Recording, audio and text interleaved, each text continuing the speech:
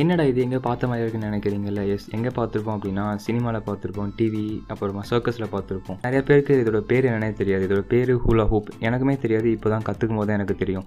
இதை மேக்ஸிமம் எங்கே பார்த்துருப்போம்னா சின்ன வயசில் நம்ம சர்க்கஸ் போயிருப்போம், அப்போ இந்த மாதிரி பண்ணி பார்த்துருப்போம். அது என்னன்னே தெரியாமல் பார்த்துருப்போம். அப்போது இதை நீ கற்றுக்க போகிறோம். வாங்க வீடியோக்குள்ளே போகலாம். நம்ம ஃபஸ்ட்டு பார்க்க போகிறது என்ன அப்படின்னா ஹேண்ட் ரொட்டேஷன். ஸோ இது ரொம்ப கஷ்டமானது, ஈஸியானது தான். நம்மளோட கட்டை விரலுக்கும் ஆள் கட்டை விரலுக்கும் நடுவில் வச்சு இதை சுற்றணும் அப்படின்னா ஈஸியாக சுற்றும். ஸோ இது புதுசாக பண்ணும்போது எல்லாமே கஷ்டமாக இருக்கும்ல. ஸோ அப்படி தான் இதை கரெக்டாக சொல்லணுன்னா 10 minutes ப்ராக்டிஸ் பண்ணேன், இது ஈஸியாக வந்துருச்சு. எக்ஸாக்டாக சொல்லணும்னா 15 minutes எனக்கு ஈஸியாக வந்துருச்சு இது. ஸோ இதே மாதிரி லெஃப்ட்டு பண்ணணும். லெஃப்ட்டு பண்ணும்போது கொஞ்சம் நம்ம கஷ்டமாக இருக்கும், ஏன்னா அது நான் டாமினன்ட் ஹேண்டுன்றதுனால அது கொஞ்சம் கஷ்டமாக இருக்கும். நிறைய பேர் யூஸ் பண்ண மாட்டோம் அந்த ஹேண்டை. அப்போது என்ன ஆகும் அப்படின்னா ஒரு எக்ஸ்ட்ராவாக ஒரு 5 நிமிஷம் ப்ராக்டிஸ் பண்ணோம் அப்படின்னா நமக்கு லெஃப்ட் ஹேண்ட்லேயும் வந்துடும். லைக் இந்த மாதிரி.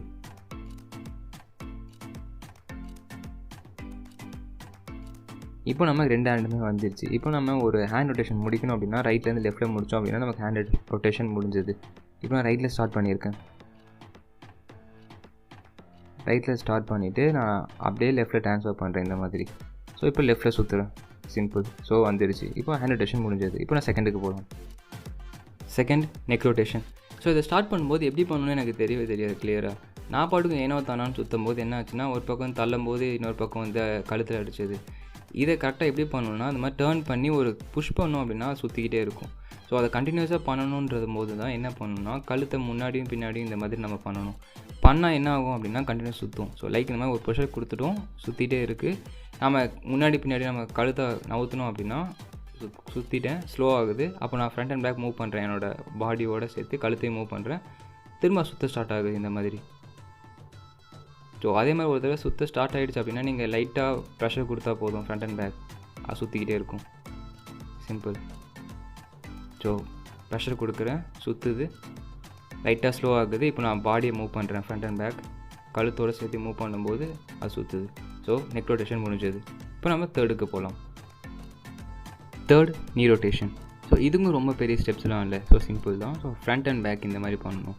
ஸோ இதை நம்ம சுற்றி விட்டுட்டு ஃப்ரண்ட் அண்ட் பேக் பண்ணோம், புஷ் அண்ட் புல் பண்ணோம் அப்படின்னா ஈஸியாக வந்துடும். ஆனால் ஸ்டார்டிங் பண்ணும்போது நமக்கு வராது. எதனால் ரீசன் பார்த்தீங்க அப்படின்னா இதுக்கு டைமிங் வேணும். ஸோ எந்தத்தில் நம்ம புஷ் பண்ணணும், எந்தத்தில் இழுக்கணும், முன்னாடி போகணும், பின்னாடி வரணுன்ற விஷயம் இருக்குது. அது எப்போ வரும்னா பை ப்ராக்டிஸ்னால் மட்டும்தான் வரும். ஸோ நம்ம கொஞ்சம் நேரம் ப்ராக்டிஸ் பண்ணோம் அப்படின்னா எந்த இடத்துல நம்ம காலை முன்னாடி கொண்டு போகணும், பின்னாடி கொண்டு வரணும்னு நமக்கு தெரியும். ஸோ அப்படி பண்ணும்போது நாமளும் முன்னாடி பார்த்த அந்த சர்க்கஸ் அக்கா பண்ண மாதிரி நாமளும் நம்ம பண்ணிடலாம். ஸோ லைக் இந்த மாதிரி. ஸோ இப்போ எனக்கும் வந்துடுச்சு. ஸோ இப்போ நான் அந்த சர்க்கஸ் அக்கா மாதிரி நானும் பண்ண ஆரம்பிச்சிட்டேன். ஸோ இதுதான் வந்து நீ ரொட்டேஷன் டன். ஃபைனலாக பார்க்க போகிறது ஹிப் ரொட்டேஷன். என்கிட்ட கேட்டிங்கன்னா மற்ற 3 கம்பேர் பண்ணும்போது இது கொஞ்சம் கஷ்டம்னு சொல்லுவேன். எதனால் அப்படின்னா இது ஹிப்பில் சுற்றுறதுனால அவ்வளோ சீக்கிரம் இடுப்பு வளையாதுன்னு சொல்லுவாங்க எல்லாருக்கும்.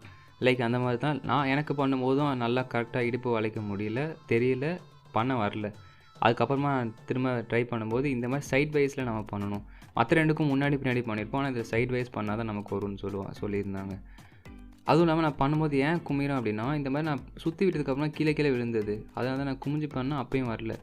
அப்போ தான் என்ன தப்பு பண்ணுறேன்னு பார்க்கும்போது நான் குமிறது தான் தப்பு. ஸோ நம்மளோட பாடி ஸ்ட்ரெயிட்டாக பென்சில் மாதிரி இருக்கணும். நம்மளோட அப்புறம் ஹூப்பை நம்ம சுற்றி விட்டோம் அப்படின்னா நமக்கு கரெக்டாக சுற்றும் இந்த மாதிரி. ஸோ அப்போ எனக்கு ரிசல்ட் தெரிஞ்சது. இது முடிச்சதுக்கப்புறம் உடனே ட்ரை பண்ணி பார்த்தேன், ஸ்ட்ரெயிட்டாக நின்றுட்டு நமக்கு அதனால் கண்டினியூஸாக சுற்ற முடிஞ்சது இந்த மாதிரி. அப்புறம் நான் அதில் டேர்ன் பண்ண முடியுதான்னு பார்த்தேன், டேர்னும் பண்ண முடிஞ்சது இந்த மாதிரி.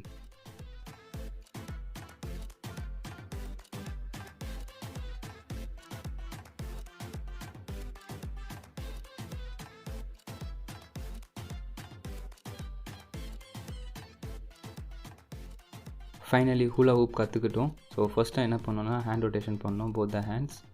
அப்புறம் நெக் ரொட்டேஷன், நீ ரொட்டேஷன், அப்புறமா ஹிப்லேயும் பண்ணிட்டோம். ஸோ இது உங்களுக்கு பிடிச்சிருக்குன்னு நம்புகிறேன். So thank you for all your support. உங்களுக்கு இந்த மாதிரி வீடியோ பிடிச்சிருந்தது அப்படின்னா மறக்காமல் சப்போர்ட் பண்ணுங்கள். ஸோ எல்லோரும் சேஃபாக இருக்கீங்கன்னு நினைக்கிறேன். So be safe. உங்களுக்கு பிடிச்சதை பண்ணுங்கள், சந்தோஷமாக இருங்க. ஓகே, அடுத்த வாரம் அடுத்த வீடியோவில் பார்க்கலாம். பாய். வெற்றி என்பது புத்திசாலிகளின் சொத்து அல்ல, அது முன்னேற துடிக்கும் உழைப்பாளிக்கும் தன்னம்பிக்கைக்குமே சொந்தம்.